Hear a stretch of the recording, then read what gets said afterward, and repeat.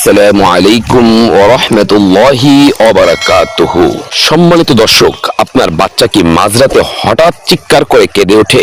অনেক চেষ্টা করেও কি তাকে শান্ত করতে পারছেন না? অনেক সময় আমরা বুঝতে পারি না বাচ্চা কেন কাঁদছে। এটা কি কোনো শারীরিক ব্যথা নাকি বদনজর বা জিন শয়তানের আসর? আজকের এই ভিডিওতে আমি আপনাদের সাথে শেয়ার করব রাসূল করিম সাল্লাল্লাহু আলাইহি সাল্লামের শেখানো এমন কিছু শক্তিশালী দোয়া এবং আমল যা ইনশাআল্লাহ আপনার বাচ্চার কান্না দ্রুত থামিয়ে দেবে এবং তাকে প্রশান্তি দেবে। ভিডিওটি শেষ পর্যন্ত দেখুন, কারণ শেষে আমি বিশেষ একটি সুন্নাহ টিপস দেব যা অনেক মা বাবাই জানে না। ইসলামী দৃষ্টিকোণ থেকে এবং বাস্তবতায় বাচ্চার কান্নার কয়েকটি প্রধান কারণ থাকতে পারে। 1. বদনজর, যা সত্য এবং বাচ্চাদের উপর দ্রুত প্রভাব ফেলে। 2. সিবিয়ান, এক প্রকার জিন যা শিশুদের বিরক্ত করে। শারীরিক অস্বস্তি, ক্ষুধা পেটে গ্যাস বা ডাইপার ভিজে যাওয়ার কারণে অনেক সময় বাচ্চারা কান্না করতে পারে।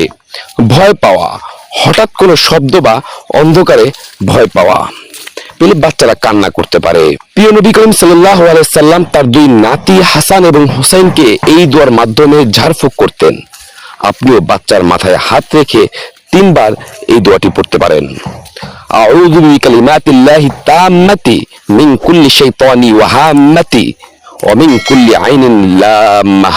এই দোয়াটি আমি আমাদের ডেসক্রিপশনে দিয়ে দিব, আপনারা পড়ে নেবেন, শিখে নেবেন, যার অর্থ আমি আল্লাহর পরিপূর্ণ কালিমাসমূহ আশ্রয় নিচ্ছি প্রত্যেক শয়তান ও বিষধর প্রাণী থেকে এবং প্রত্যেক ক্ষতিকর নজর থেকে। সহিহ বুখারী শরীফের। এছাড়া আপনি সূরা ফাতিহা এবং মুআওয়াযাতাইন বা শেষ 3 সূরা ইখলাস, ফালাক ও ইখলাস পাঠ করতে পারেন। নিয়ম আমি বলে দিচ্ছি আপনাদেরকে, প্রতিবার সূরাগুলো পড়ে নিজের হাতে ফু দিয়ে বাচ্চার সারা শরীর মাথা থেকে পা পর্যন্ত হাত বুলিয়ে দিন। কেন এটি করবেন? হাদিসে এসেছে এটি শয়তানের স্পর্শ এবং জাদুর প্রভাব থেকে বাঁচার সবচেয়ে বড় ঢাল। আমলের পাশাপাশি আমাদের কিছু সুন্নাহ পদ্ধতি মেনে চলা উচিত। যেমন সন্ধ্যাবেলা সতর্কতা থাকতে হবে। মাগরিবের সময় বাচ্চাদের বাইরে রাখবেন না।